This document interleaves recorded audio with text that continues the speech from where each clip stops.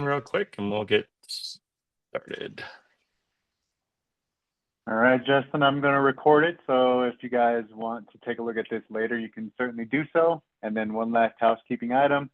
There'll be plenty of time for questions at the end as well. But if you do have a question kind of at a natural stopping point, please feel free to either type it into the chat, raise your hand, and I'll call on you and try to interrupt Justin at a good spot, or unmute yourself and let us know what you got. Okay, so that's the last for me. Justin, go ahead. Yep, sounds good, Aaron. I've got my chat feature on my other screen, so I probably won't be looking at that. But if you do see something that comes up in the chat that is relevant to where we are within the presentation, certainly feel free to stop. And as Aaron mentioned, if you have any questions, certainly unmute yourself. If we get too deep in the weeds with the question that you are asking, we'll probably push that towards the end. So hopefully everyone can see my screen here. I'm using two screens today, so normally it does work, but sometimes it gets have some difficulty sharing that. But you should see the 2025 CGA webinar, best practices and new features slide. Today's agenda, we're going to go into a quick introduction about myself. Some of you probably have heard this before, so won't spend too much time introducing myself. We will look over some customer center features.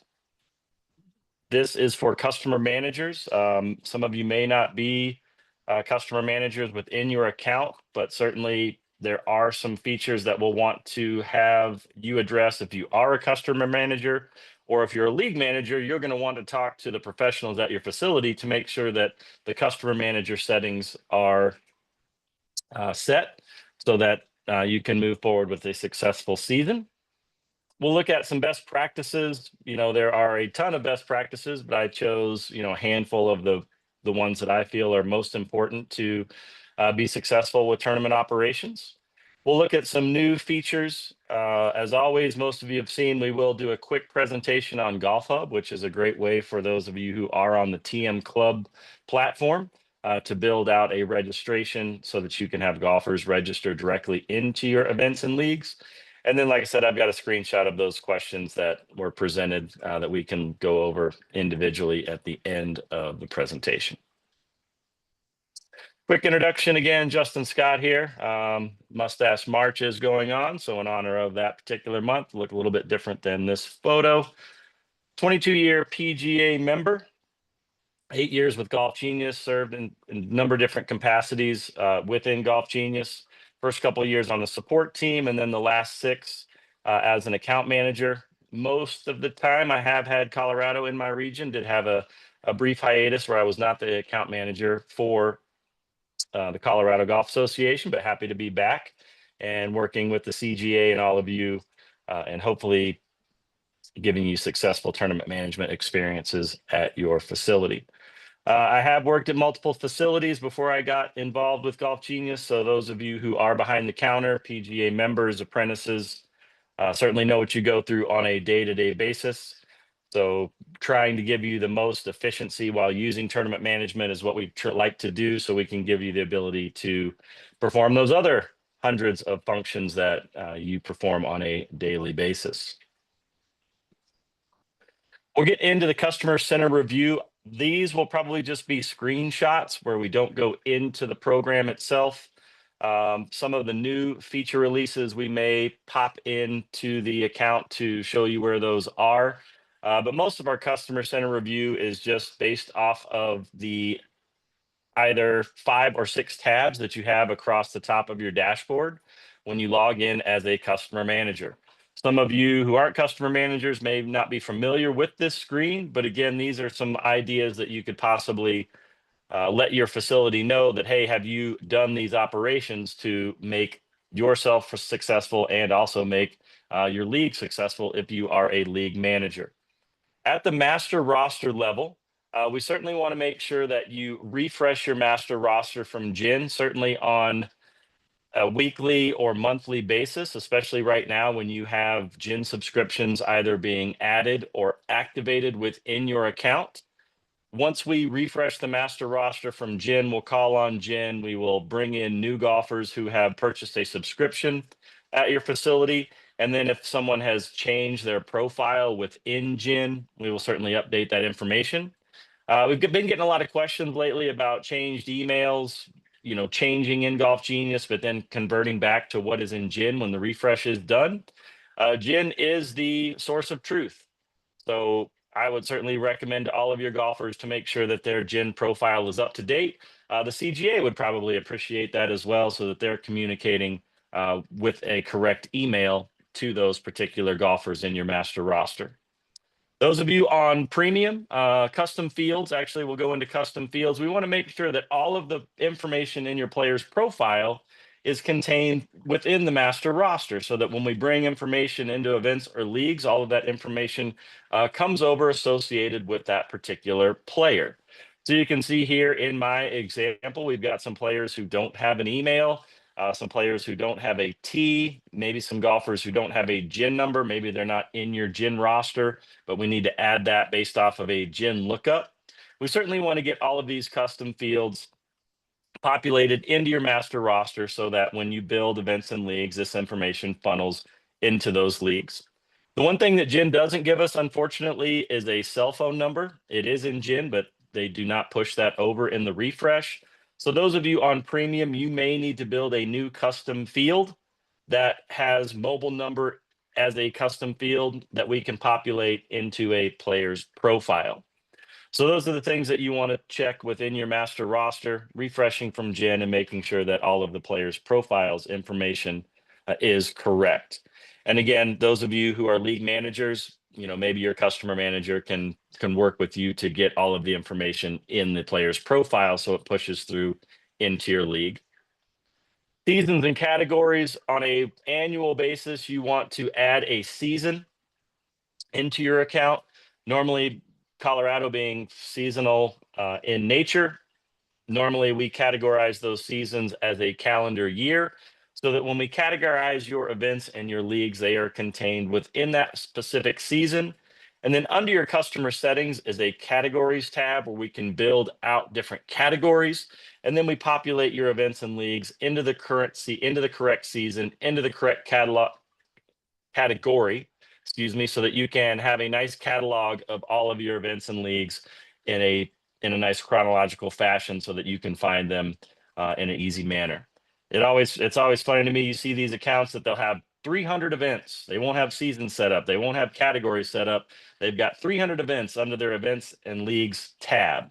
And then they have to filter through all those 300 events to find out where they're going. Certainly you can get there by funneling through all of those, maybe through a search, but certainly seasons and categories may be a good tool for you to find the events and leagues that you're looking for. Course details, very important here to make sure that your course details are correct and you are compliant with WHS, meaning you can post hole by hole scores to GIN. PCC is taken into account with courses that are compliant. We will still post scores to GIN if the course is non-compliant. We just won't post hole by hole scores, and PCC won't be recognized. So if you are in your course details and you see that your course is non-compliant, either with an orange or a red box next to your course, you can open that up and it will show you what information is incorrect or not in sync with the CGA's course rating system. You'll want to look at that information, determine what is different from what you have on your scorecards or in your database and what the CGA has in their course rating system. You'll want to get together with Aaron, make sure that that information is synced up, so that when we do import your course into your account, it will become WHS compliant. So you can see here, Common Ground at some point in time became non-compliant in my course. Want to make sure that information is correct. And then certainly we would import that in and it would show green with a WHS compliant. Once you are in your course details, you may have filled out this information in the past, or your professional may have filled out this information in the past. But if not, once you edit your course we have a lot of information that we can populate into those course details.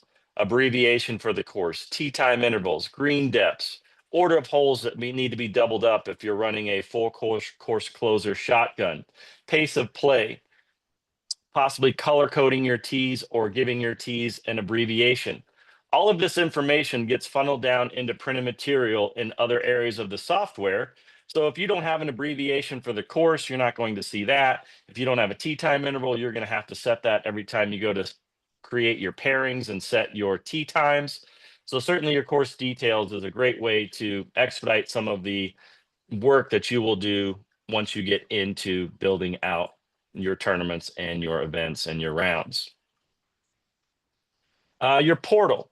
We will talk about this probably in a little bit more greater detail once we get into best practices itself, but every course or every account has a default portal.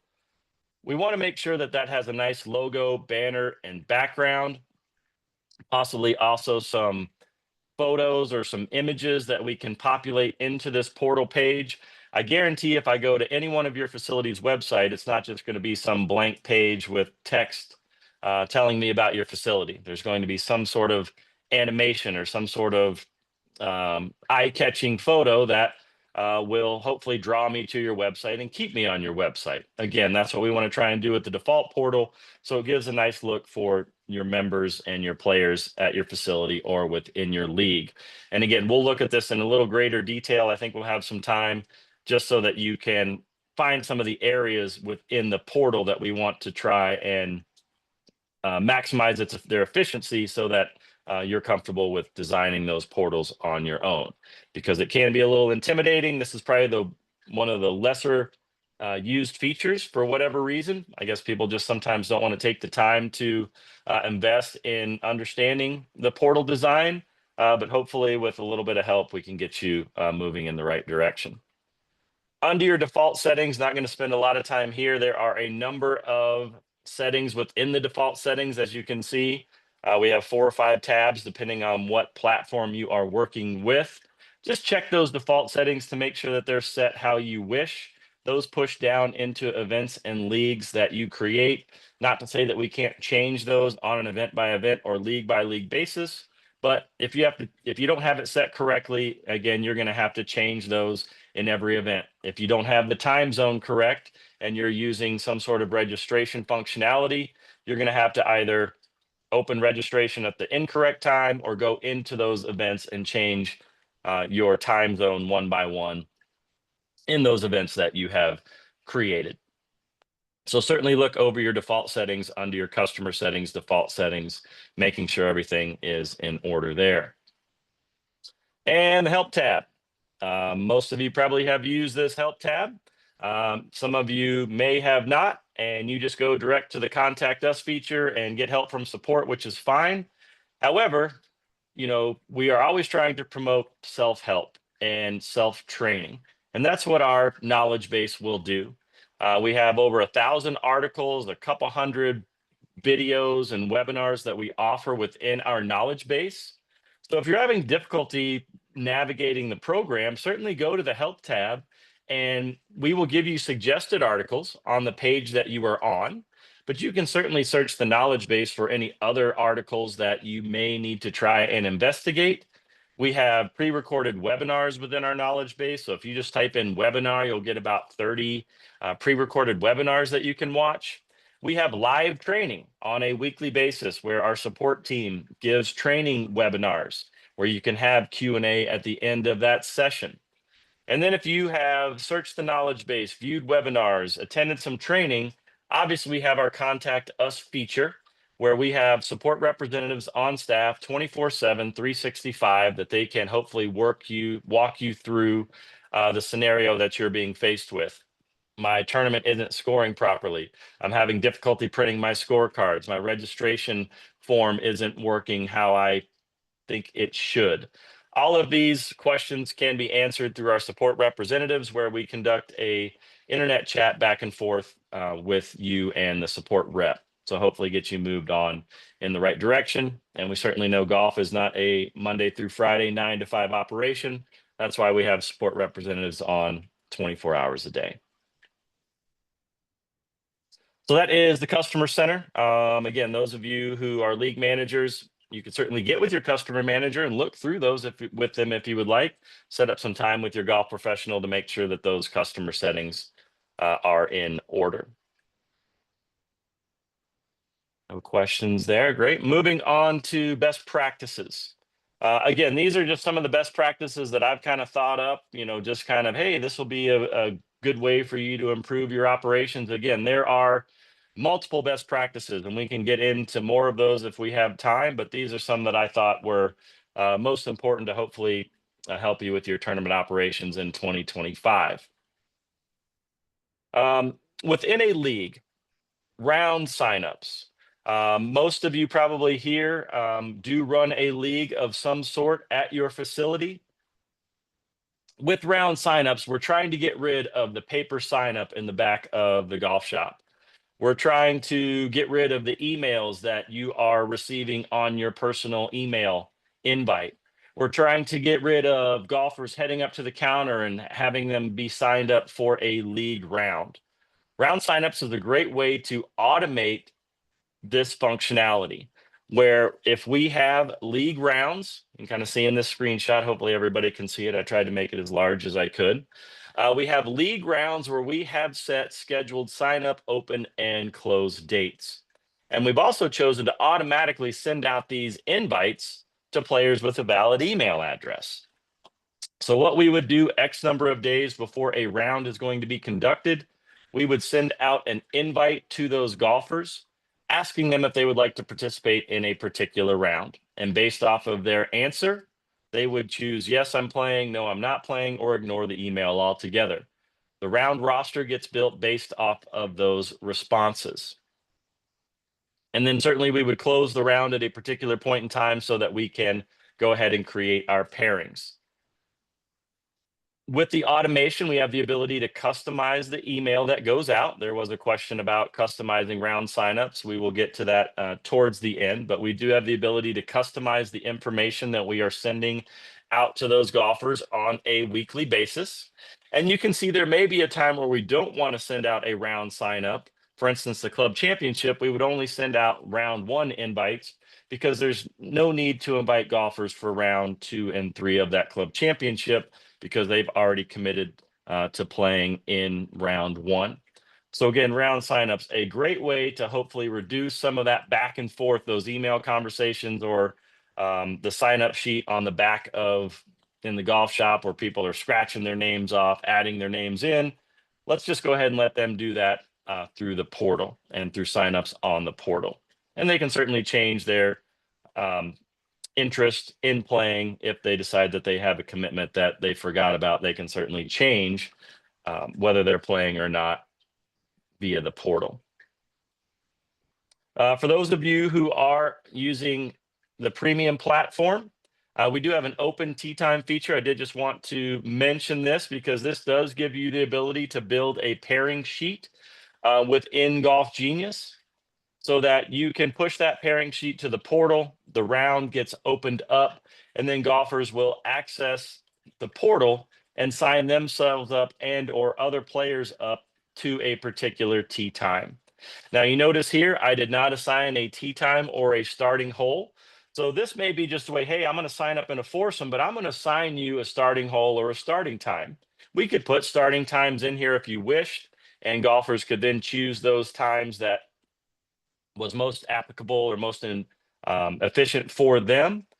So we have a lot of ways that we can use this open tee time functionality to allow golfers to sign up for particular pairing slots.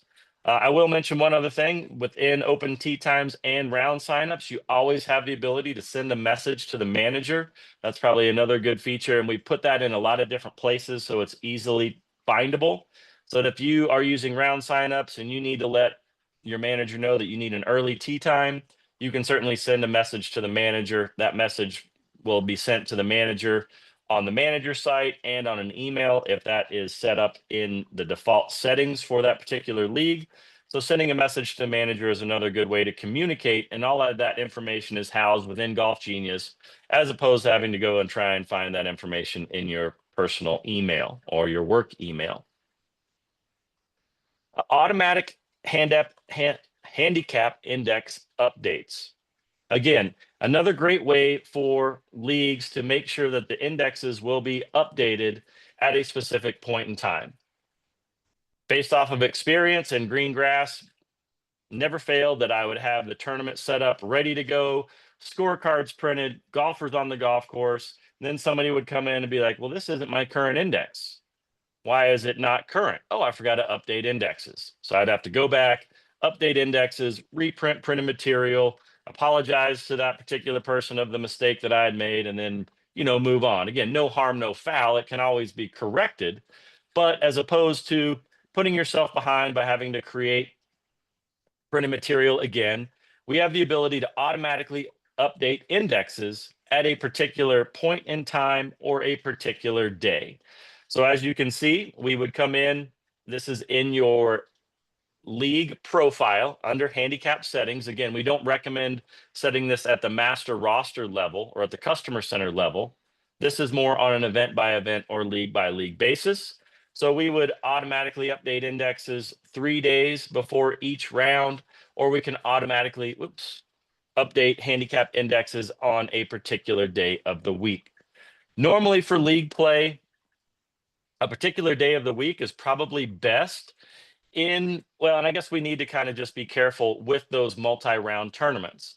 So just be careful. If I play a club championship on Friday, Saturday, and Sunday, I probably would need to deactivate this feature for that Saturday and Sunday round, because I probably wouldn't want to update my indexes on Saturday and Sunday. We're going to keep those indexes consistent for those 3 rounds. So just be aware that you may need to uncheck this at particular points in time with your league if you're running multi-round tournaments within your league. Same thing with a club championship that spans 2 weeks. I'm going to play my ladies club championship every Tuesday for 2 weeks. Well, if I updated either 3 days before or every Monday, we certainly may or may not want to update those indexes on that second round. A week span, you may or you may not. So just keep in mind that you may want to uncheck this if you have multiple rounds in a league where you are not wanting to update those indexes. But for those leagues that play every week, this is a great feature that you don't have to worry about updating indexes manually. The golfers, divisions, flights, and teams versus rounds, divisions, flights, and teams. And we'll probably go ahead and talk about divisions, flights, and teams as well. I don't have a screenshot of this, but let's just kind of talk about what those are and what they do and when they are used. This is probably the most difficult part of Golf Genius as to when to use a golfer's division or a round division, and when to build divisions, when to build flights, when to build teams. So certainly we'll talk about divisions, flights, and teams first. A division, we will just consider that a bucket of players.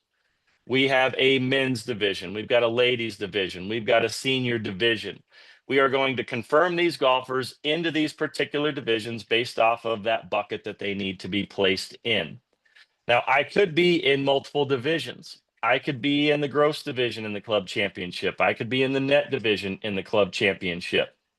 But then when I go to create flights, I can only be in one flight within that division. So if I create my flights for the gross championship, maybe I'm in, the gross division, maybe I'm in the first flight. If I create flights for my net division, maybe I'm in the second flight. And that's fine. We would just be categorized in the proper division within the proper flight based off of the parameters that we set. Teams may or may not be needed in specific areas. So if you can think about this, teams are not needed in a 1-round non-flighted event. So if you are conducting a cha-cha-cha on a league day and you are not flighting that event, we can certainly just use the foursome versus field functionality when you build a tournament, because foursome versus field will pair the foursome with all other foursomes in the pairing groups to generate a result. However, if you're conducting a cha-cha-cha event and you need to flight those particular players, teams would need to be built so that when we could then flight those teams. So if you are doing, again, a cha-cha-cha where we're going to flight it, you would have to build teams. We can build teams in a number of different ways. We have some automated functionality to build those teams, and then you would then flight those teams for that particular round based off of the combined index of those players. Now, you also may run a league where you have a 2-person team that plays against 2 other players on a team each week in some sort of match play format. Well, of course, we would need teams then as well, because we're using that team list for multiple rounds, where myself and my partner are playing 2 other players on a team in different rounds of that particular league play. So certainly remember, teams are not needed in a non-flighted 1-round event, but if we are flighting or we have multiple rounds, we do need teams. Golfers versus round division flights and teams. Certainly tough to, and again, I kind of had a tough time with it when I first started with Golf Genius as to when do I use the golfers division or the round division. Think of the golfers division as a global division, where we're going to use this division throughout multiple rounds or the entire series of rounds. So let's say that you have a ringer format where you have to pay to get into the ringer tournament. We would build a golfers division, and then we would confirm all of those golfers in the golfers division, in our ringer division, because we're going to use that division throughout all of the stroke play rounds throughout that league.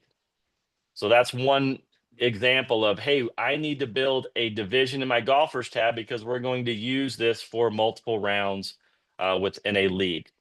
Same thing with the club championship. I have a club championship that spans 3 rounds. I need a golfers division of those participants that are playing in my club championship over those 3 rounds. And we can use that division within the multi-round tournaments that we build. Conversely, your round division is just that. We're building a round division within that one particular round. And this is used for skins, for deuce pots, where, okay, it's round 1. I might want to play in my skins game in round 1. Hey, I got a couple extra bucks. Let me throw that into my deuce division. So we're building those divisions. And again, those are subsets of players who are participating in that round who said, yes, I want to participate in this different tournament competition. That's where we would maybe need a round division. And then you could certainly flight those divisions as well. I've got 20 players who said, I want to get into my skins tournament, but I want to flight those golfers based off of handicap index. We can certainly do that. And then we would have those players in those divisions and flights only compete against one another and show on the leaderboard. So hopefully we'll have some examples of multi-round tournaments. We'll get into the look of that, but hopefully that kind of helps as to when to use which operation, the golfers tab or the rounds tab. Within our division and flight membership functionality, I'll show you where this is in the program as well once we get out of this PowerPoint. But you can certainly edit the division membership of each division if you would like. It's a functionality that is available. But we always try to push our division and flight membership because now you get a nice glimpse of all of your players and the division and or the flight that they are part of. So instead of having to go into all of these divisions independent of one another, with a snapshot, we can start to view which golfers are in which division. And you can see here, as I mentioned, I can be in multiple divisions. But once we get into the flight management, if I move a golfer from one flight to another, obviously they were only able to be in one flight within that particular division. And that UI looks a little bit different, but you can certainly move golfers around if you've created flights and you want to, move a golfer around for whatever reason. We have the ability to do so within your division and flight membership. Email templates is a great way to communicate to your golfers, and not even just email templates, but possibly composing an email within Golf Genius. You have the ability to compose emails and use data fields to customize and personalize your communication. The data fields, you probably have seen, there are quite a few of them. Some you may use a lot, some you may never use.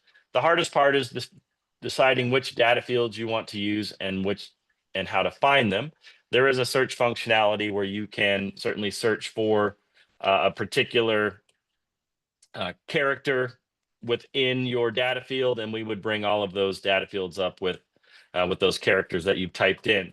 But you can see here, I have built out an email template, and I've saved this as a template, letting golfers know what their tee time is, what course they're playing on, the tee that they're playing on, the other players in their pairing groups. Those of you who are on the premium platform, we can also put in the GGID into these email templates, so golfers have everything that they need to know before they get to the golf course. So they're not calling you up asking you, hey, what's my tee time? Who am I playing with? What tee am I playing off of? All of this information can be pushed out to your golfers ahead of time. Now, this is a manual process. We have had some requests to automate this, and hopefully in the future we will, to say that Monday morning, I want to send out this email template at 9 a.m. Mountain Standard Time. Hopefully that will be coming, but right now you have to go into your event or league, go to your email template and press send. Again, it's a handful of clicks, but if we can automate that, certainly frees you up in having to remember how to do that. Same thing with text messages. Those of you who are on the premium platform have the ability to send out text messages. And you can see what we've done with the GGID. It is now a deep link. When golfers receive that text message, all they have to do is click on that deep link and they're sent directly to the Golf Genius app to begin their live mobile scoring. So no more having to remember RWB7EG and enter that into the mobile device. We send out the text message. Those golfers get that text message. They click on the deep link at the bottom of that text message, and then they're sent right to the mobile scoring page. So we're trying to, again, free up some of this manual work that either you or your golfers have to do to hopefully make a better experience for their day and their round of golf. So you can kind of see here data fields and the deep link. Tournaments, we will get into tournaments probably in the software to kind of show you where some things are. But tournaments, we want to just make sure that we are building tournaments normally top down, left to right is how I like to work within those tournaments, making sure that I check all the boxes as I move down my tournament setup. If you have a league, we can auto include those tournaments into future rounds or specific rounds. Again, it keeps you from having to build out a skins tournament each week. We can just auto include that into future rounds. And again, naming that round one skins, we may not want to do that because if we auto include that into future rounds, we would have to rename that tournament because round one gross skins or net skins would push to those future rounds. We just may want to name a round gross skins or net skins, just so you don't have to edit the naming of those, but you certainly can change those on a round by round basis if you wish. So we'll kind of go in and there'll be a few other things I want to point out once we get into tournaments within the software. So I'm just going to skip over this for now and we'll go into the UI of the software here in just a moment. As well as portal design. Brought up the CGA here. Looks like there's a women team stable for very popular. Hopefully all of you who registered got in because it looked like that sold out fairly quickly last week when that registration opened. But you can see the CGA has done a lot of work to customize this portal with a nice banner. They've got their section list across the top with information across the top. And then you can see that they have built out a collage page with the information about that particular event. So a very nice looking portal page that has been built. Way to go, Kate. Shout out to Kate if she built this. She's not on, but spend a lot of time making sure that your golfers receive the information that they need so that they can register for this event. And if they came here before March 14th at 8 a.m., they're now going to know that, hey, on March 14th, I need to be ready to register for this event because I know it's going to sell out. So we've given them a lot of information ahead of time to make them successful when they go to register for a particular event or league. Portal access.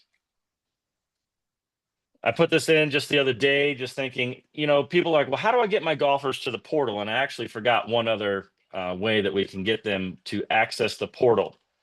But golfers can access the portal in a handful of ways. We can submit them a GGID link, or we can email them a GGID link, or you can embed that GGID link into your website so that when golfers access your website or they access the email, they can click on the GGID link.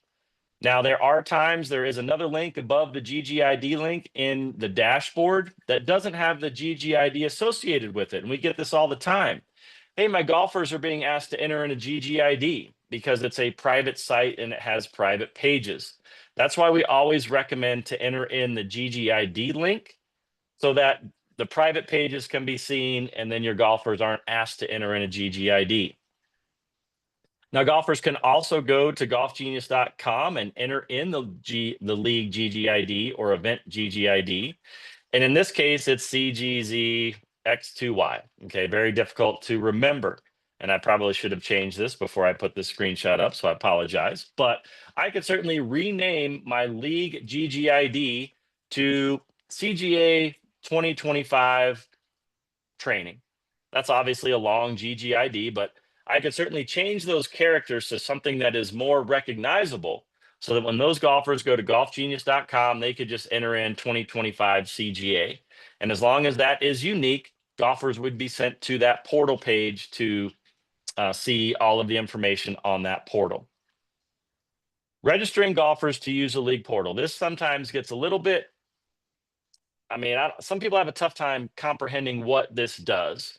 But basically, when I say I want to register my golfers to use the league portal, this isn't registering for an event. This is I built my league.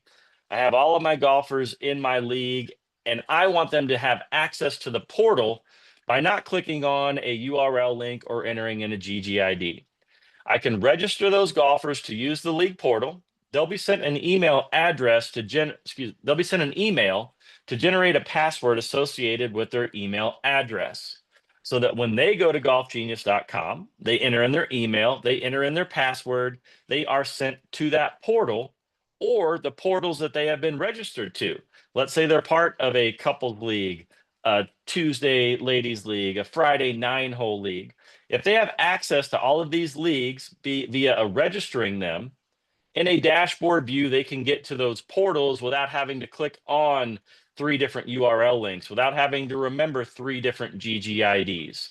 So a good piece of functionality where golfers can go to golfgenius.com, enter in their email and password, and be taken to the portal. It will only be one password. So if I've been registered to multiple leagues, I only need to remember my unique email and my unique password, and then I would have access to all of those different event and league portals.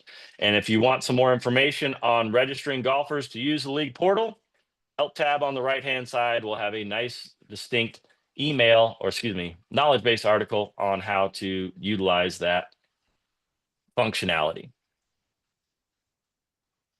Getting into new features, some new features that may be helpful for you moving forward for the current season. We have an automatically post to GIN functionality. Again, with automatically updated indexes, now we can automatically post scores to GIN so that at 11 p.m. local time, all of those scores that have been entered into the enter scores page, either by a manager or by mobile device, will automatically get posted to GIN. Again, one of those things that you forget. Okay, round's over. Great. We've done the tournament. We're giving out the awards. We're having a banquet. Oh, I forgot to post scores to GIN. I go home. I'm having a couple drinks with my friends. And then, oops, scores didn't get posted. And again, someone calls you, hey, you didn't post scores last night. So now PCC isn't going to be applicable for that particular day because they weren't posted on the round date. So automatically posting scores to GIN is certainly something that may be of benefit to you and your league. Combo tees. Another way to help designate on the enter scores page what tee on a scorecard, what tees your golfers are playing. For instance, this came from Common Ground. So Common Ground does have a white-red ladies combo. These are not the combo tees based off the golf course per se, but I just kind of built this screenshot where I can now designate the color coding of those combo tees so that when I print out a scorecard, golfers know exactly what tee they need to be playing on so that they don't accidentally tee off from an incorrect tee in league play. So combo tees is a great feature that's in your course details. Even if you're a league manager, you can edit your course details in your league to add in those specific combo tee colors. For those of you on the premium version, we do have the ability to set course and tee in the mobile app.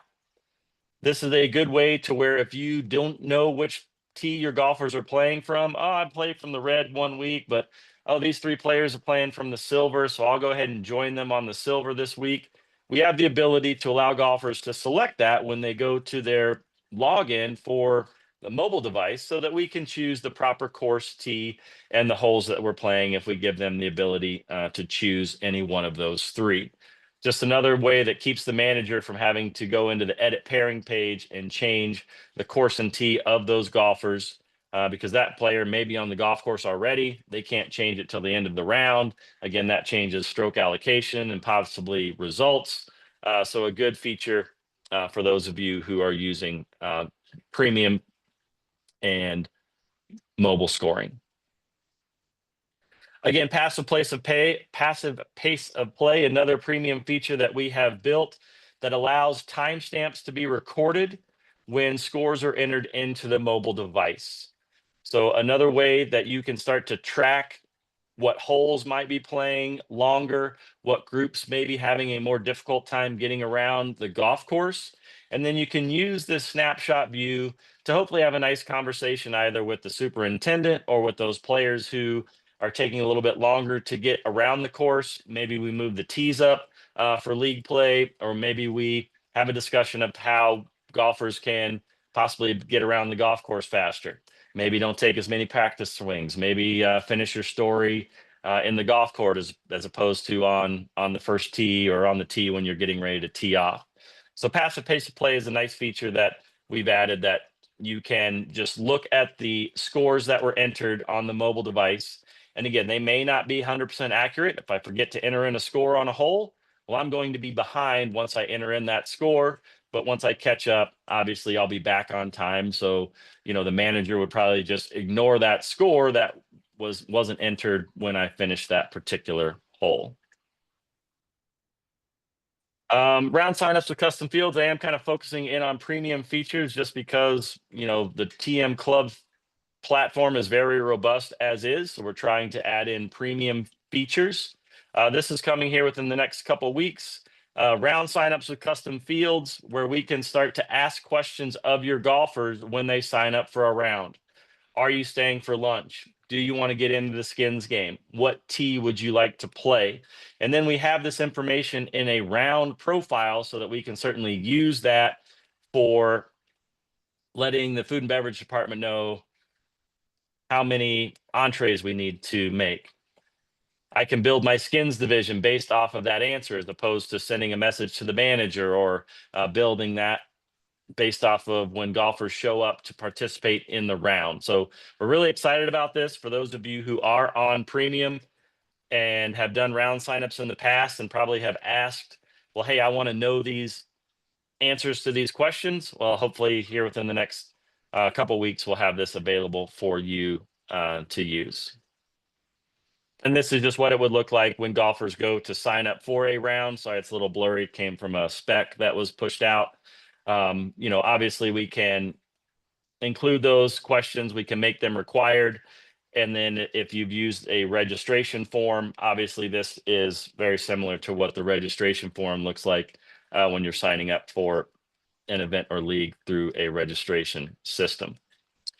We do have a team draft feature. I believe this is available for premium and club users. Maybe you have a Solheim Cup that you're going to be conducting or a Ryder Cup or some sort of team event. We have a team draft feature where you can select captains. You can look at the list of golfers. We can show that information on the TV display, and then those captains can choose the golfers to be added to their team. Just a nice, fun way to kind of get everyone together, in that kind of fun team environment to see who's going to be on whose team. Hopefully you're not like me where I was the last one chosen, but it is what it is. Hopefully you at least get chosen to be on a team. Moving into Golf Hub real quick. I know some of you probably who have attended some of my sessions before have heard about Golf Hub, but we still will promote this for TM Club and premium users. But Golf Hub is a great way to build out a main hub to where this is where you can populate inventory of what events are going on at your facility. If you're a private facility, you may not use Golf Hub to its fullest potential because this is meant to try and promote your events and leagues to outside play. But if you are a public facility, Saddle Rock and Murphy Creek come to mind. They've utilized this to try and increase participation within their men's and ladies league. So they have a hub built for their facility, and then they build pages that are pushed into their Golf Hub that golfers can then view the information and register for that particular event if a register if registration has been set up for this particular hub page. Registration isn't needed. This could just be used as a digital flyer, and you could put at the bottom of your flyer to call the golf shop to sign up. But then again, you are using some manual work to perform that function. But we can also build out registration and or registration with payments so that golfers can access this Golf Hub, register for the event, and possibly pay. Again, premium features has registration. We have more custom fields that we can ask within that particular registration. For TM clubs, not as much information can be asked of those registrants, but we can certainly build out a roster based off of those golfers who wanted to participate in this particular event.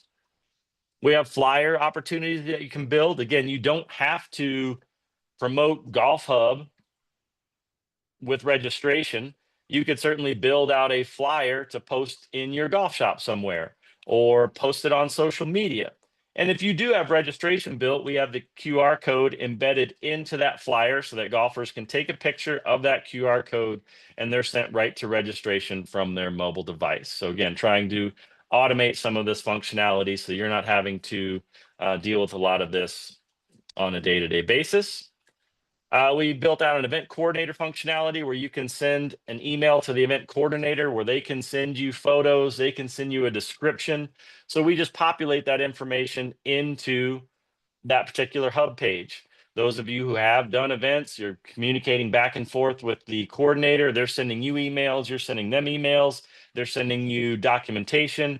This is all in one spot so that they can populate that information into their hub page. And then the aggregated hub, for those of you who do build an event and you're trying to promote an event through the state or your region, the Colorado Golf Association has built an aggregated hub where you can push your events to be seen on the CGA's website. On the member dropdown on the right-hand side, I think it says CGA aggregated hubs, can't remember by memory, but they have given you the ability to push your events and they are promoting your events through their website. And this is just a member club benefit that the CGA is offering to try and increase the participation for your leagues, for your outings, for your clinics, anything that you're trying to expose to the public is available in this aggregated hub. And Golf Genius also has an aggregated hub that is worldwide. So if you went to golfhub.golfgenius.com, you would see not only your events, but you would see all the other events in the state, in the country, and around the world. So again, the CGA has done a good job in trying to promote this for you, starting to gain some traction. And hopefully, if this is something that you wish to do, you can just add your event to the CGA's aggregated hub. I'll move in. Let's see how we're doing here on time here. Plenty of time. What I'm going to do is I'm going to go into the software real quick before we get into these questions, since we're about an hour into it, and we're going to go back into some tournament functionality as to what we can do for best practices within tournaments that you build.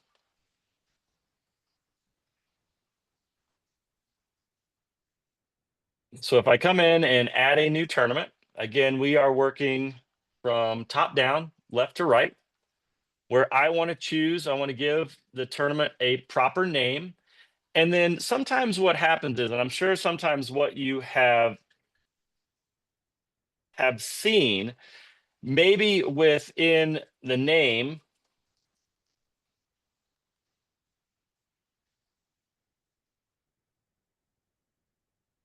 if I were to build a club championship and I choose my club championship divisions. Sorry, my computer's running a little bit slow here. Let me save this real quick and put this in progress so you can see kind of what I'm referring to. And I'm sure you've seen this before. And this is more, even if you are on the club product or the premium product, well, I've built a club championship and I chose my divisions. Well, what's going to happen is you're going to see club championship division, club championship women. Well, it's kind of redundant. So sometimes you may want to think about what you name your tournament. So if I just named it stroke play, this would say stroke play, and then I would have my club championship division. So to reduce the redundancy, sometimes be thoughtful in what you name your tournament, and also maybe look at your leaderboard to see if it makes sense.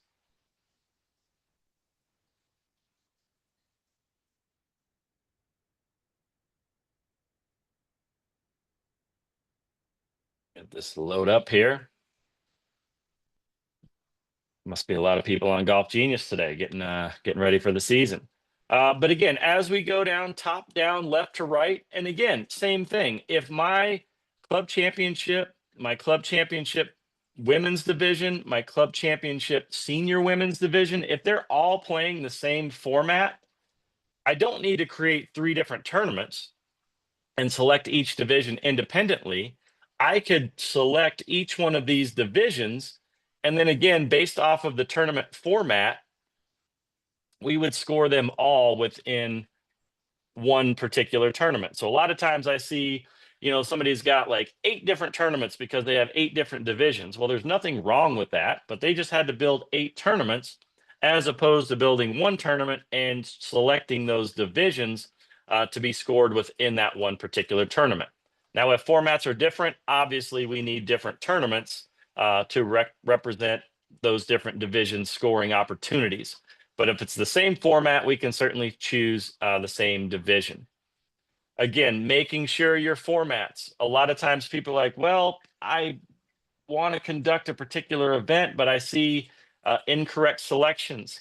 So make sure that in your format, you're choosing the correct format. Am I playing a stroke play? Am I playing a Stableford? Normally this one is correct. But a lot of times when people say, hey, my flights aren't showing on my scoreboard. Well, have you chosen player versus flight on your tournament setup? If it's player versus field, no, we're not going to represent your flights, even though you've built them, because we have chosen the incorrect competition. So certainly make sure that your competition is selected correctly. And if you're using a team list, make sure you choose the correct team list and you choose the correct team option under your competition. The balls option, lots of options under the balls, certainly with a foursome competition or pair. Singles, it's a little different. It's really own ball, balls by hole, balls by par, which we have here as well. So under your balls options, certainly try and look to find which particular format is going to represent the competition. Is it a best ball? Is it a best 2 balls on each hole? Now, there may be a time where you can't find an option here. And what I will mention is sometimes you do a 1 gross and 1 net option. Well, this best gross, then best net may not give you what you are looking for. You may be looking for the best combination of the gross and net, and this will not give it to you. This is the best gross, then the best net. There may be a time where that combination doesn't give you the lowest score. So there may be a time where you need to use the advanced ball rule. a great way to change up your formats within a particular round. So if I'm under the advanced ball rule, again, I can set rules for a hole or particular holes. And then by identifying either players by index, by position on the scorecard, or by best score, I can certainly now build out maybe on the first hole. I'm not going to type in all this. I want to take the best gross and the worst net. Okay, great. That'd be kind of a fun competition. Well, your net 9 is going to go with my gross birdie for a 12. Okay, great. We've set up that rule on the first hole. Maybe on a particular hole, you want to take 2 best gross scores and 2 best net scores. Certainly have the ability to do so. If we're identifying balls by handicap index, this may change where I want to take the best one of the A player, and then I want to take the best 2 of the A and the B player. We're going to take the A and B players gross, and then we're going to take the C and the D players net. So you can kind of see here, I said, yes, I'm going to take the best 2 of the A and B and the best 2 net of C and D. So lots of things you can do with the advanced ball rule if you can't find what you're looking for in that drop down. So certainly play around with that. You can use it hole by hole. You can use all holes for the advanced ball rule. Just a great way to hopefully figure out the scoring for something that's not stock standard in these drop downs. Within the holes option, obviously, if you're a 9-hole league, a best practice is to choose 9 holes front or back, so that if for some reason the superintendent or the golf shop moves you on a particular side of the course, you don't have to come back and change this tournament. It's just going to know based off of the pairings page whether you are playing the front or back, and we will score that accordingly. Those of you who like to play a Nassau match play, we have that opportunity here within the holes option. So certainly a lot of advantages of understanding this first column. Setting in your handicap options, obviously playing at net, netting off low, playing a gross competition with some handicap allowances are certainly an opportunity there.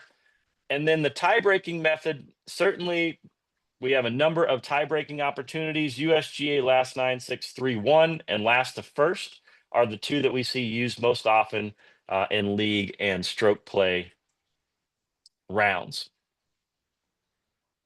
Person points. Those of you probably have seen this, have used a gross net bias to where I want to do a gross tournament and a net tournament, but I don't want the player to be able to double dip into both the gross and the net. This is when we set up a bias, and then the first place gross finisher, if they were to finish first place in net, we would ignore them, and then we would look at the next net place finisher and award them the first place net finish position. Keep in mind, what I like to recommend in a gross net bias is to set some sort of tiebreaker. Because if you don't, if you retain ties, there are so many different algorithms or different variances of X number of people tied for first in gross and X number of people tied for first in net. That bias can certainly be something different than what you expect it to be. Now, if you want to retain ties, fine. You may just have to adjust the leaderboard accordingly based off of your matrix of results. But if you want to just have the computer spit out the results of 1 gross, 1 net, 2 gross, 2 net, certainly retaining ties is what we recommend. And if that needs to change in your rules for the league, I would certainly promote that to the board so that you don't have to deal with a lot of this manual work at the end of a round. Person points for divisions and flights. This is kind of what I wanted to get to as well. Let's say you have a number of different divisions and you have flights within those divisions, and those purses are different. Looks like I don't have any flights selected. Actually, I probably did player versus field. That's why flight isn't here. But we will just kind of, if I had flights, there would be another opportunity to select my specific division and my specific flight, and I could put in the different purses, possibly based off of those different amounts of monies or points that are going to be given based off of the amount of players that are in those particular divisions or flights. So payout by divisions and flights is a great way to populate that information ahead of time so that it pushes to the leaderboard after the round has been scored. For those of you who conduct skins competitions, based off of either the division that we're using and or the flight that we are using, we can certainly enter in a fee or points per player. Normally it's purse. I rarely see points given out for skins. Most people want the cash in hand if they win a skin. But if I were to enter in an entry fee and points per player, this would multiply this purse times the number of golfers in the division and or the flight, if it's a subset of that, so that you're not having to go in and try and figure out, well, I got 10 players in here and it's $5 a player, $50. Oh, and then a player canceled. Or excuse me, or they decided not to get into the skins game. Well, if you forget to adjust the purse, you're going to be either having to adjust the leaderboard or ponying up some money because that's what the leaderboard said if you didn't have enough money. But if we enter the points per player, if a player drops out or if they don't play in the skins game, then obviously we wouldn't count them in that multiplier by the purse amount. So certainly a good opportunity there to enter points and purse per player. We do have a carryover option where if you think that there will be an opportunity where the skin will not be won or the deuce pot will not be won that week, we certainly have the ability to push that into a carryover. And those monies will be pushed into the next round. Well, if I don't play in the next round, well, I'm not going to have a chance to win that money. But those people who do play in that next round, if you choose to push that money into a carryover, will have the opportunity to win those extra monies that didn't get paid out that previous round. So some opportunities there. There were some other questions about tournaments, but those are some of the main things I wanted to point out regarding this tournament page. Again, be very concise about moving top down from left to right, making sure that you have all of the options checked. And then, as you know, we have the random scores feature where if you have built out a tournament, you have some pairings, or you're building out a test event, certainly enter in some random scores to see if those results will populate and be generated how you think they should based off of your tournament setup. You all are probably aware of user scored tournaments. Those are tournaments that aren't generated by a score on the golf course. These are your closest to the pins. They are your longest drives. You will build those out and then enter in those results at the end of the round. If you have a lot of user scored tournaments, you may only want to build one user scored tournament and select those golfers in that one tournament as opposed to building 6 or 7 and then populating that information in each one of those individual user scored tournaments. Sometimes we see it's just one tournament and then golfers select or managers select each one of those golfers, assign them a purse, assign the details, letting them know what hole they got the closest to the pin on. So that may be something that may benefit you if you have 18 user scored tournaments. Do you want to build 18 tournaments or do you want to build one and just use that one to populate the information for your players?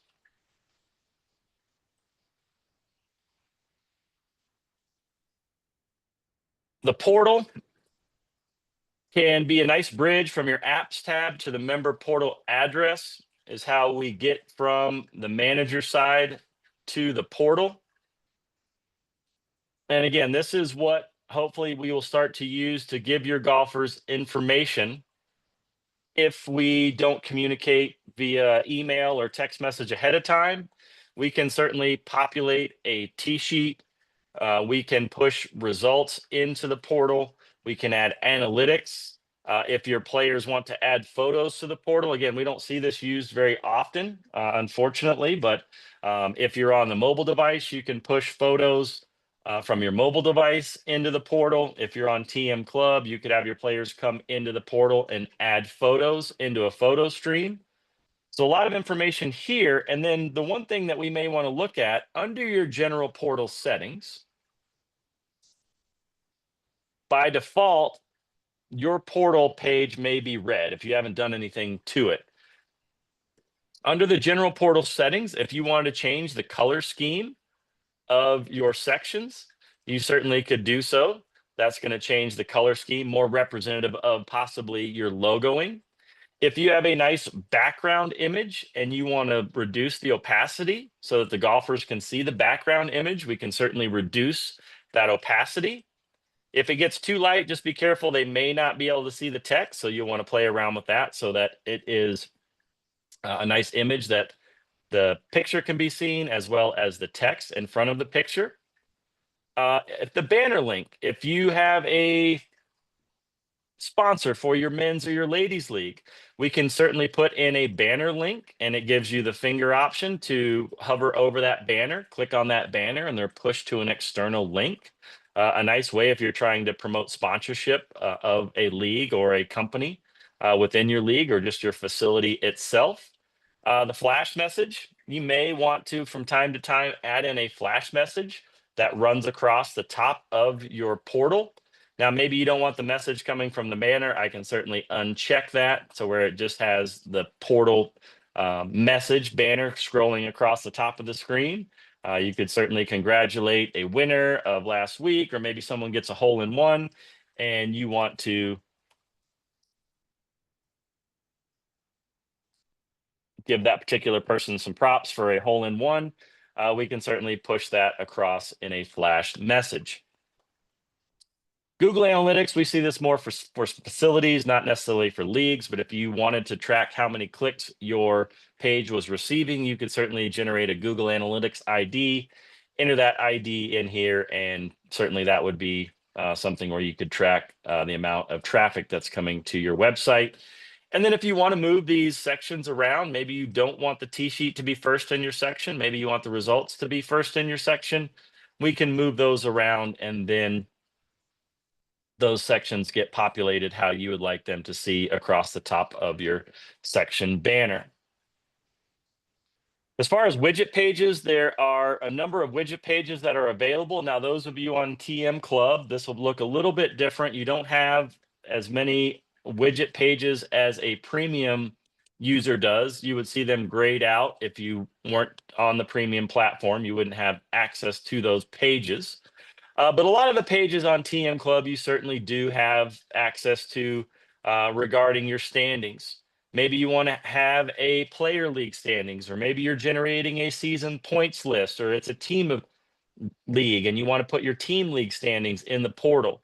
You certainly have the ability to add these widget pages along with analytics that are seen by your players to kind of give them a snapshot of how I'm doing in my league. How am I coming along with my player analytics? How many birdies do I have? How many bogeys? Unfortunately for me, how many others do I have in a particular league? Hole by hole stats. So a lot of information we can push to the portal to give your players, a snapshot of how they're doing within the league. And then those of you on premium, you have the ability to add your own content, collage pages, which would be a mix of text and colors, an image page, which is a PDF that would be pulled in from your desktop, external links. If I want to push golfers to another link to promote that particular business or that particular facility, I could push in an external link. And then if I just wanted to create a text page, I could certainly do that as well by just populating some text into my portal, copy and paste text from a desktop and push that in, and that's information that is seen by your players. Those of you who are on TM Club, you do have a welcome page, which can be, again, utilized to promote your league or your event via adding in texts and or photos. So you can see here, I'll kind of go in here on this welcome page. When I edit this collage page as a TM Club user, I now have this canvas that I'm using to either add text. And if I were to add text,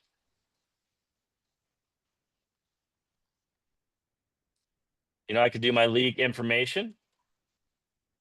If I wanted to put in dates or times, I could certainly add in this text. We've got some data fields that we could certainly use. Maybe I want to have my dates of my league. I could apply that text change, and now this is the data field. Once I save this, you'll see what this data includes. Maybe I don't want it at the top of my page. I could certainly drag and drop this and bring this down to the bottom.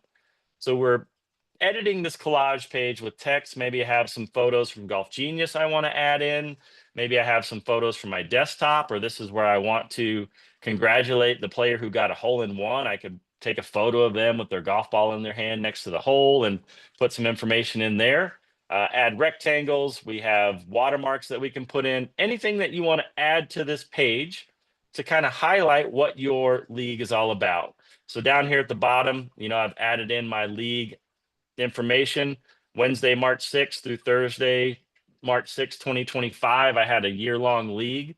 So that's when it goes through. I don't really like that. Doesn't really give me much information. I could certainly go back in and edit that particular page and get rid of that league information. So your collage page, again, it's a great way to try and highlight what you are trying to push out to your players within your portal. And one last thing on Golf Hub, and then we'll kind of open it up for questions and move into those questions. When building out a Golf Hub page, I am going to be in my league, and then I've got my CGA Webinar League 2025. I could edit this Golf Hub page.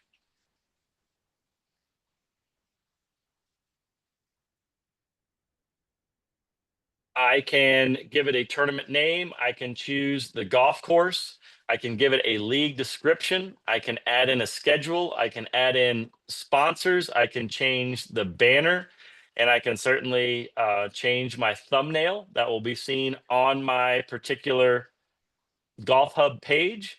And as you can see, the information populates from what I've populated on the left-hand side over onto the right-hand side. I could add in photos. I could bring in a PDF. I could change my font, my style, my coloring. Anything I wanted to push into this Golf Hub page can be seen on the right-hand side for previewing purposes. And then if I wanted to add in registration, I could certainly come into my apps tab. Now this is for club users. I could add in a gotta do one thing, sorry. I gotta disable registration.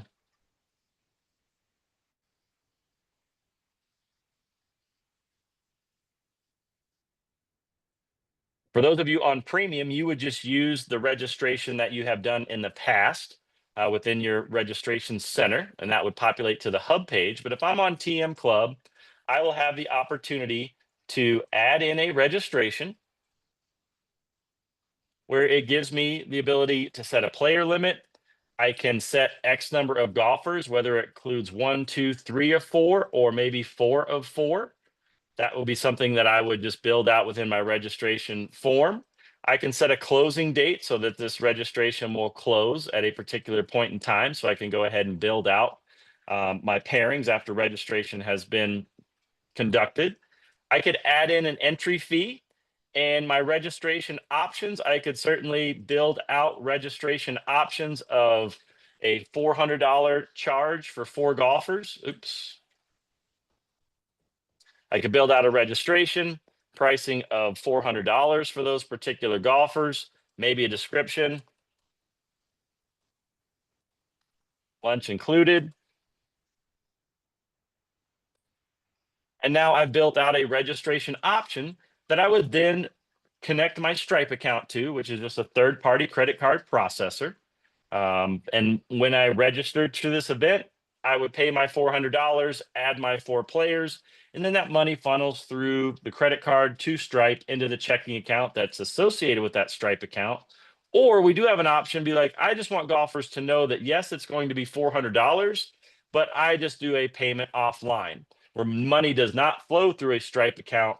golfers just know, hey, this is going to be a $400 registration, but you're going to need to take care of that payment at the golf course. Don't really see this used that much. Why not just use free registration and not have, they just know payment's going to be taken care offline as well. You could put the amount in the Golf Hub page, but we do have offline registration as an option. So if I were to build out all of these registration options, you now see that I have built a Hub page. I have opened registration.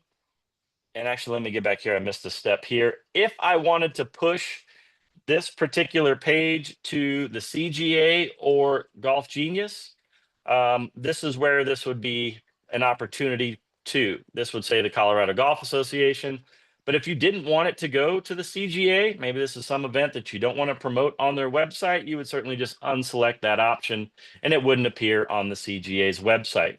But we now have built our flyer or our Hub page. We've published it, we've set registration. And then if I want to try and build a flyer to print at the facility or push onto a social media site, I certainly have some templates here that we can pull from and make any edits to, changing the price, maybe changing the format. But you now have the ability to look at these flyers, edit the flyers, post them in your golf shop, and then those QR codes would be a bridge to the registration page for that particular event. So after that has been pushed through, you're now going to see on the Hub page that you built prior, and again, the Hub page is built in your Customer Center, in your My Golf Hub page. We have a Hub page that you kind of saw in that PowerPoint that was built. If I have that embedded somewhere, when golfers go and access that Hub page, they're now going to see that my events are available. Actually, that one event that I'm working in, I apologize, is in the past. So that's why my registration here is in the past. So apologies for that, because I was kind of using an event in the past. But you can kind of see here's where some of these past events are, or any upcoming events are that are available for registration. So Golf Hub, again, a great way to try and promote some of your events if you choose to do so. And obviously we have a nice help article here available if you want to read up on Golf Hub. And we also have a nice 30-minute webinar that exposes all of the information that you need to build out a successful Hub page.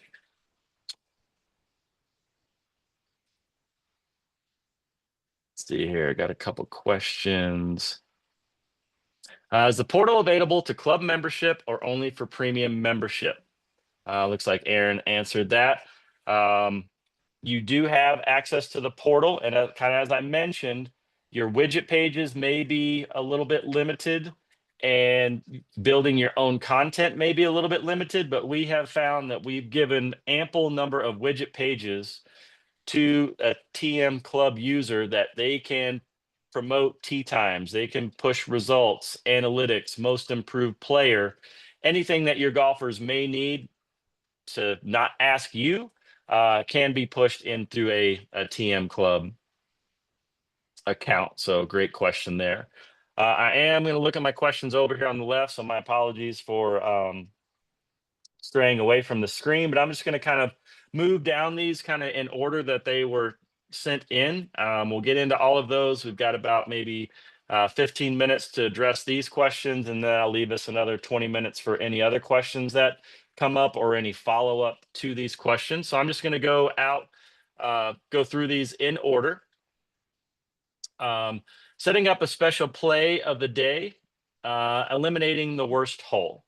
So as we saw, Justin, before we get going. Yep.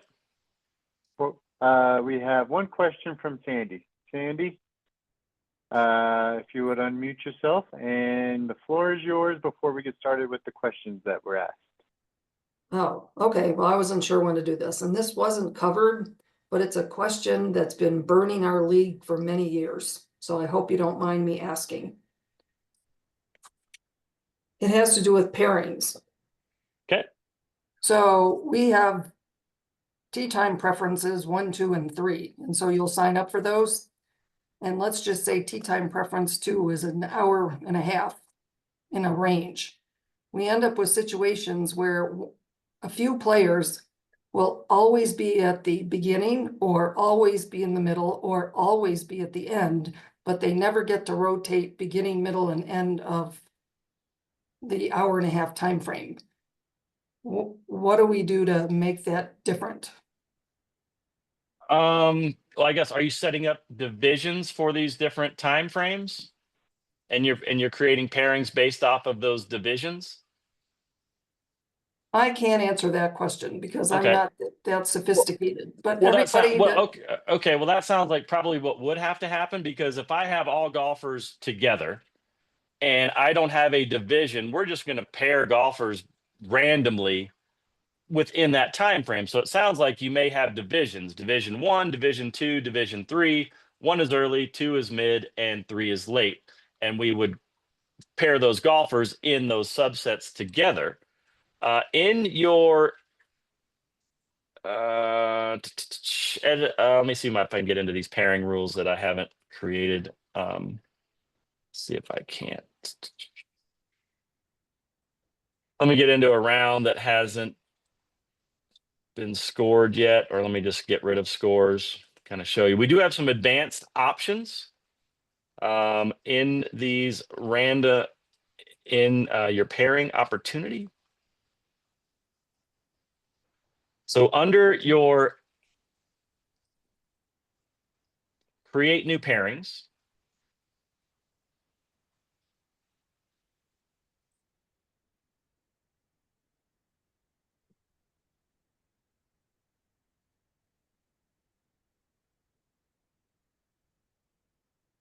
under your more scheduling options, if you have divisions, under more scheduling options, you could choose this option: schedule player tee times over all rounds to maximize fairness with respect to early and late starts.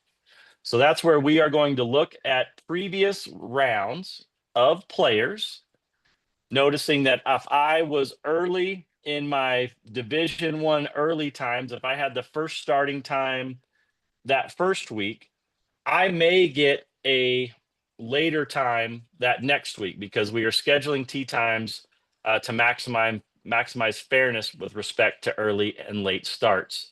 Now, this is probably within divisions, because if I have everybody lumped together, I have no idea who wants to play early and who wants to play late. So I'm assuming if you have a 1, 2, and 3 section, pairing group 1 is early, 2 is mid, and 3 is late, as long as you choose this schedule player tee times over rounds to maximize fairness, that should possibly help remedy that situation where players are kind of lumped into the same spot every week. okay, we'll try that. Thank you. Yep, give that a shot. All right. Any other questions, Aaron, before we go to the spreadsheet list? As of right now, nothing on the chat, and I don't see any hands up. Perhaps after you take us through some of these questions that were sent in, maybe some questions may arise. So feel free to proceed. All right, first one here: set special play days where we eliminate our worst hole. This is, again, in your option within a particular round. And again, as if you kind of move in top down, left to right, here is a dropped worst option.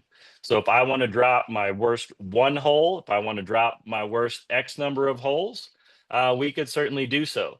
Now, keep in mind, in the leaderboard, you're going to look at your 2 par score, not your total score. Because if you drop a double bogey on a par 3, and if I drop a double bogey on a par 5, well, obviously, and if we shoot the same score, my score will be lower than yours, but my 2 par score may be different. So just keep that in mind on the leaderboard. People might be like, well, why is their total score lower than the person above them, but they're not in first place position? Well, we look at a 2 par score because of the hole that is going to be dropped may be a par 3, 4, or 5 based off of the score that's being dropped by that particular player. So your dropped worst hole will be that option on eliminating a worst hole score or worst holes score. Checking and editing scheduled emails for round sign up. This was a good one. Wanted to try and focus on this one. I saw this come through. A lot of times you are trying to customize your round sign up email. Now, if your round sign up email is the same every week, you don't really care. Hey, you've been invited to play in this round. Please select playing or not playing. That is found under the Golfers tab under email configuration.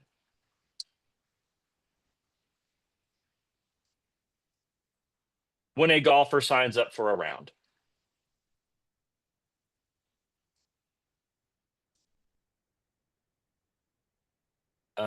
Nope, I did confirm. Sorry, that's the wrong one. My apologies. Golfers tab, email configuration. Round signups. When a golfer is invited to a round, we skipped the step. We've already signed up. We forgot to invite them. So if I am just using my generic round sign up message and I don't change anything, you're going to see hello, first name, come on and play, it's game time. You're invited to participate in round 1 on March 18th. Accept or decline the invitation through the buttons below. This round invitation message is what can be customized, but we don't want to customize it here. Now, you could certainly get rid of this round invitation message and make this invitation stock standard that would be received every time. But based off of this question, editing scheduled emails for round sign up, if you want to tell something different to the ladies on that particular day, hey, we're going to be playing the front 9 this week with a luncheon afterwards. This week's event is a 2-person best ball Stableford. That is when we will build out a round invitation message, and that is built under the calendar tab, tabular view of calendar, more info. So I am putting more info into this round 1 with my round invitation message. Make sure you put it in the round invitation message as opposed to the more info. This appears on the calendar app in the portal. You can certainly do that, but the round invitation message is where you would want to put 9 holes with lunch. Okay, fine. If I wanted to put more information, I certainly could, but now that I have my round invitation message built out for round 1,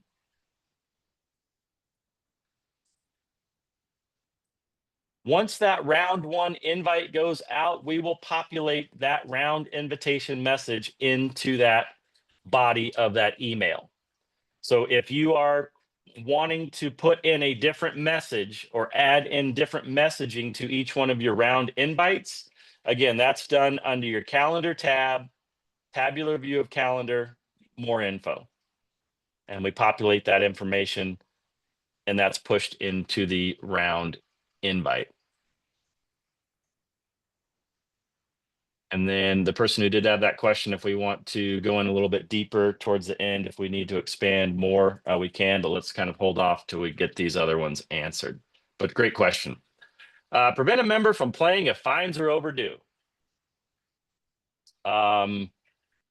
We could, the only way you can really prevent this would be to create you would create a division, I guess, of players who have paid their dues, or don't put them in the pairings if they are due a fine.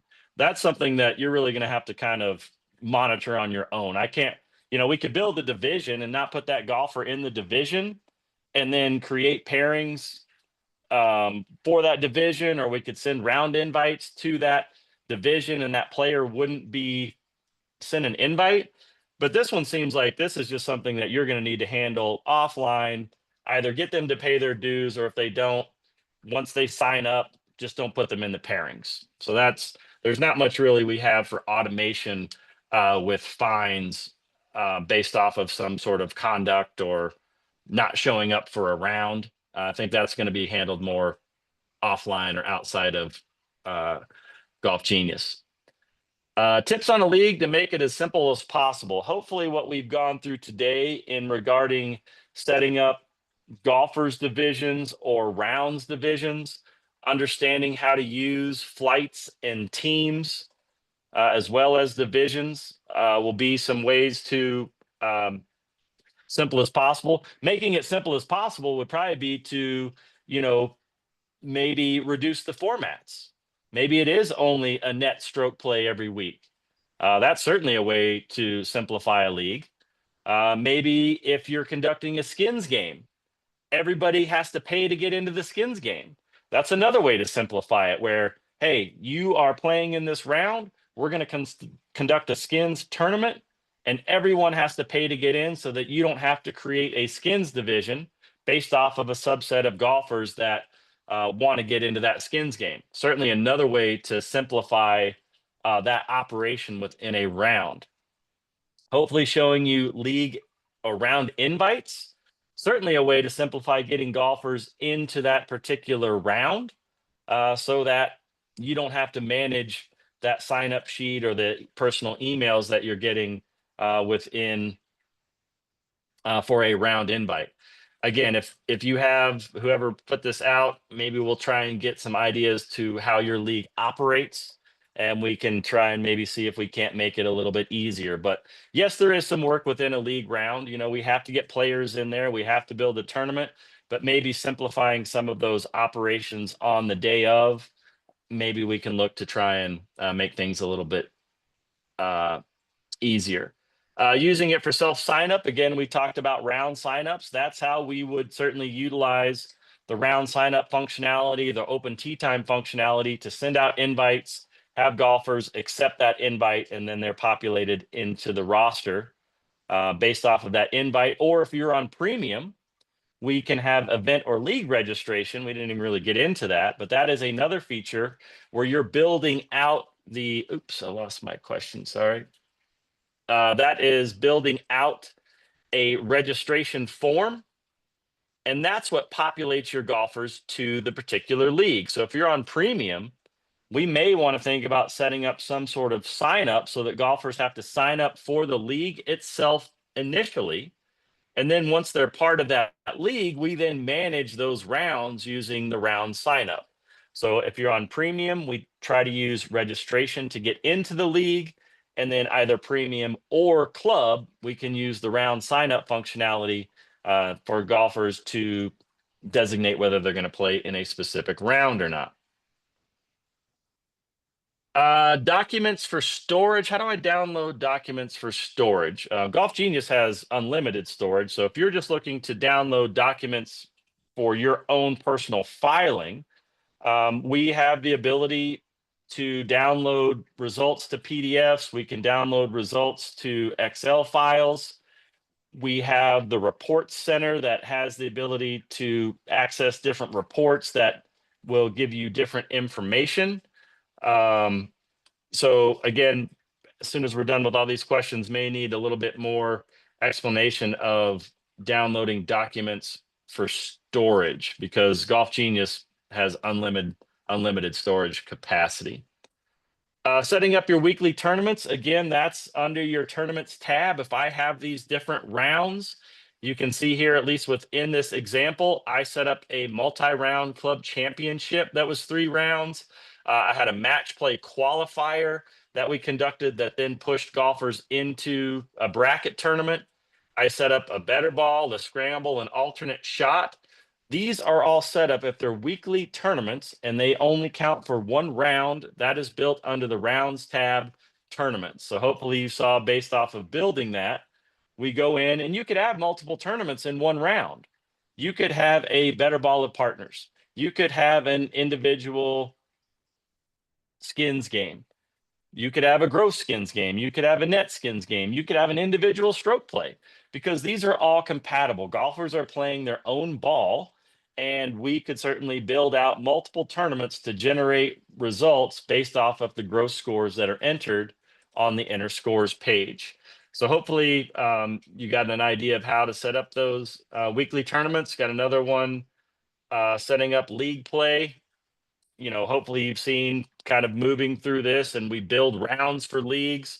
We can designate the name of the round if you would like in the tabular view of calendar, so that golfers know what round is available. And then another thing, I guess, back on the portal, so that golfers know, I'm sure everyone has a schedule of events, right? Well, that's either in a Word doc or a PDF, that can be mailed out to golfers. But if you wanted to, you could certainly put somewhere on your portal, you could always put in a calendar page, and then we can certainly show the information that we want to show in the calendar. Again, you have full control as to what we put into this calendar page, and you can rename the calendar page if you want. But setting up league play, this would be great. Okay, here we go. This is my event dates. Again, this was 2024. I just used this from a previous webinar just because I have all this information housed there. But you can certainly see they can view T-sheets, view results, whether they're accepting signups. That's how we're going to set up league play, not only on the manager side, but also in the portal. So we do it a little bit in two different areas. On the manager side, you are setting up all of the nuts and bolts of what will be conducted and how we're going to score those events.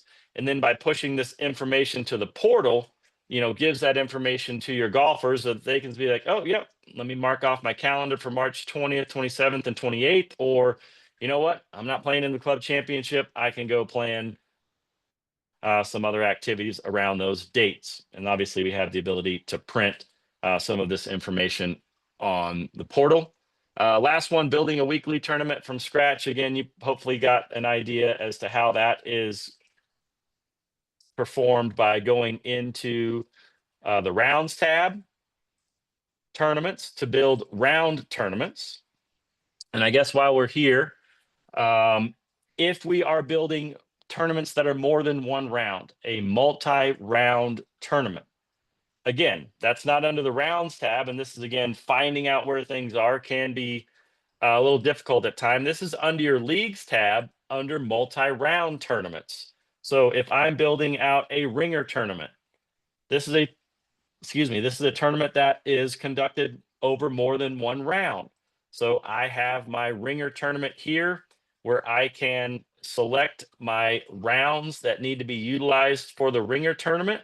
And then that applies to these 5 different rounds that I have built. When scores are entered into these rounds, they will be populated into this ringer tournament multi-round tournament. Same thing with the club championship. That was a 3-round aggregate to where I built a club championship multi-round tournament.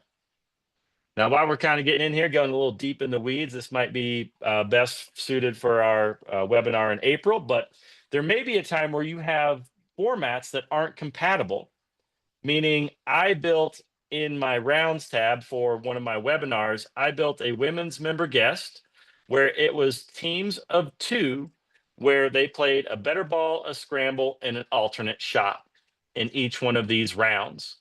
So what happens there is in the rounds tab under April 17th, I built a scramble tournament.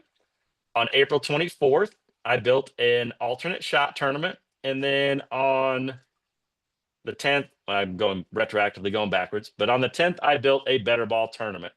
So these results are all seen on those round dates on the 10th.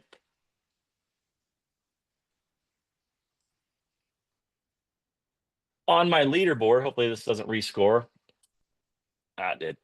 On the 10th, it's going to have my better ball of partners scores. Okay, great.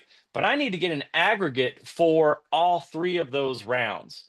And how that happens is back in your leagues tab under multi-round tournaments, we are building a linked tournament.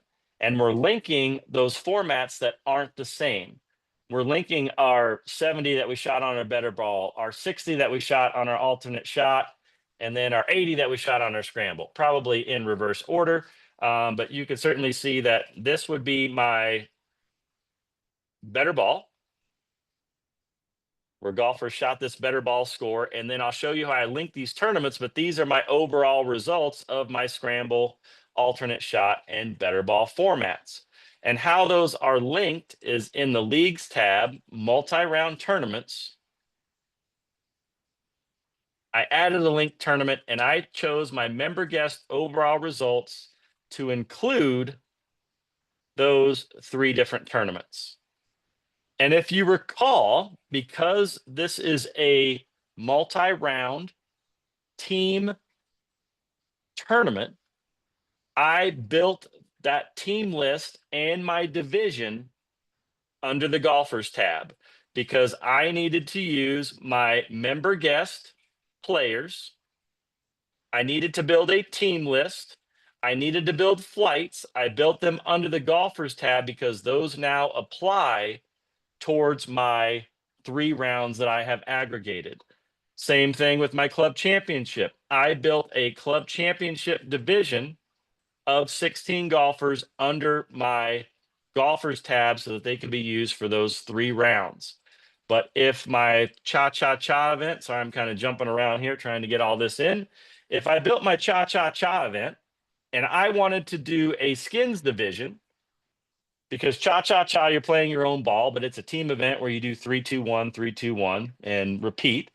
But if I wanted to build a skins division for a subset of players that wanted to play in a skins game, I could certainly build out a skins division. This is a little bit different, but I would build a new division.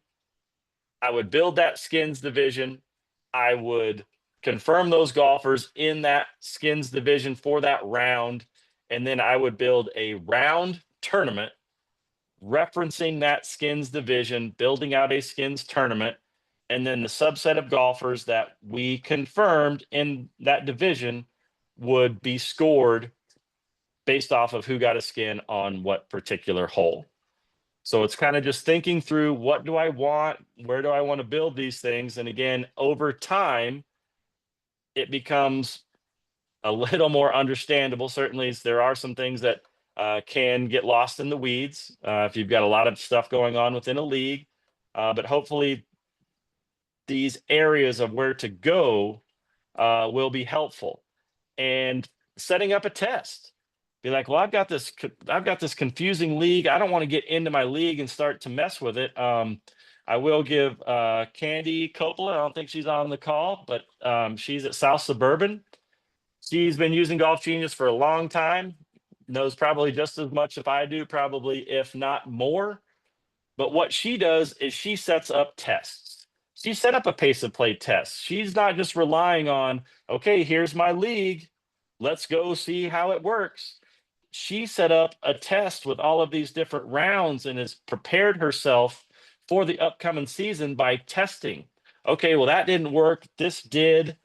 Now I know what I need to do within my league. So I can't stress enough to set up a test, because as long as you don't communicate with golfers in that league via some sort of round invite or email functionality, it doesn't really matter. As you can see here, this was used in 2024. It's been used in 2025. I added golfers to my roster. I built rounds. I added in tournaments. I've added in divisions. So now I'm a little bit more comfortable with how things operate based off the fact that I have worked within the system, and I'm not even messing with my 2025 real league. These are all just scenarios to try and get me comfortable with the operation of the software. So can't stress enough to try and set up some tests within your own account. And again, if you are a league manager, reach out to your customer manager and be like, hey, can you set up a test on my behalf? Make me a league manager because I want to work within this test to become comfortable with my actual league. So I got 3 more webinars to do today. Don't want to lose my voice too early in the session, so I will leave it at that. We have about 10 minutes. If anyone has any final questions regarding this webinar itself or any other particulars of your events or leagues that you're going to run at your facility. I have a question. Fire Go away. ahead. I regarding the calendar, like the tabular calendar view of rounds, Mhm. and then it lists your round. Some of the rounds have scored or scheduled on there, the status. Mhm.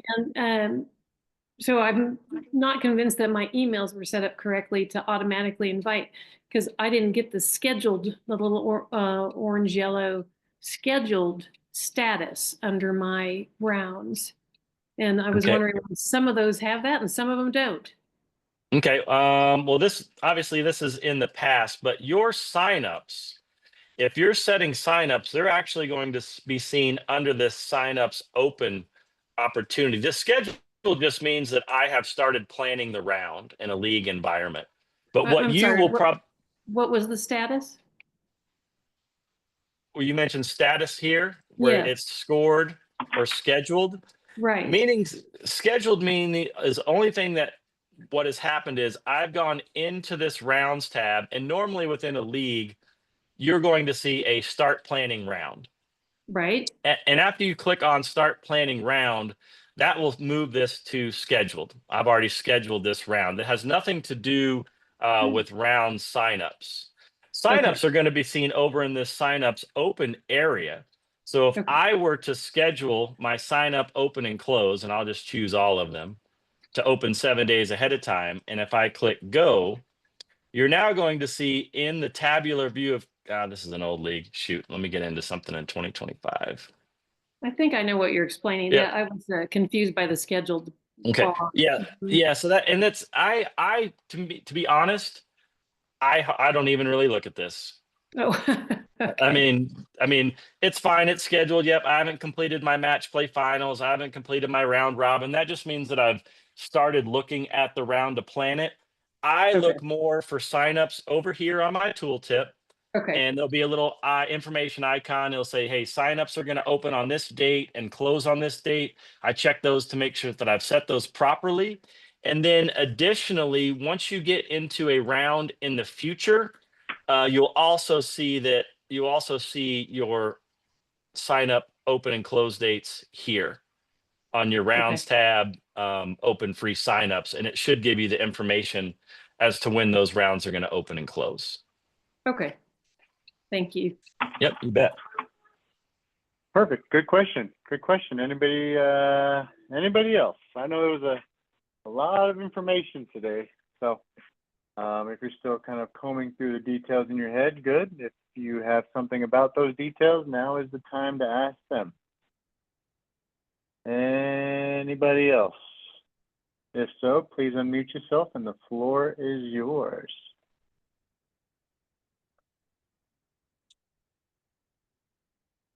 All I right. think we mi- I, th- I Well, think we might I think I might have inundated a little bit today, which is good. I mean, it's, as all of you are aware, I'm sure, who have been in Golf Genius, as I have as well. I'll be completely candid. There are times when I've wanted to, throw the computer through the window, but I haven't. Just take a deep breath, take a step back, try and look at some knowledge base articles, try and, contact support if you need. My other, and I know this probably isn't great, but my other advice is this isn't brain surgery. We will get it fixed. And there may be a time where be like, you know what, I'm just going to do it manually.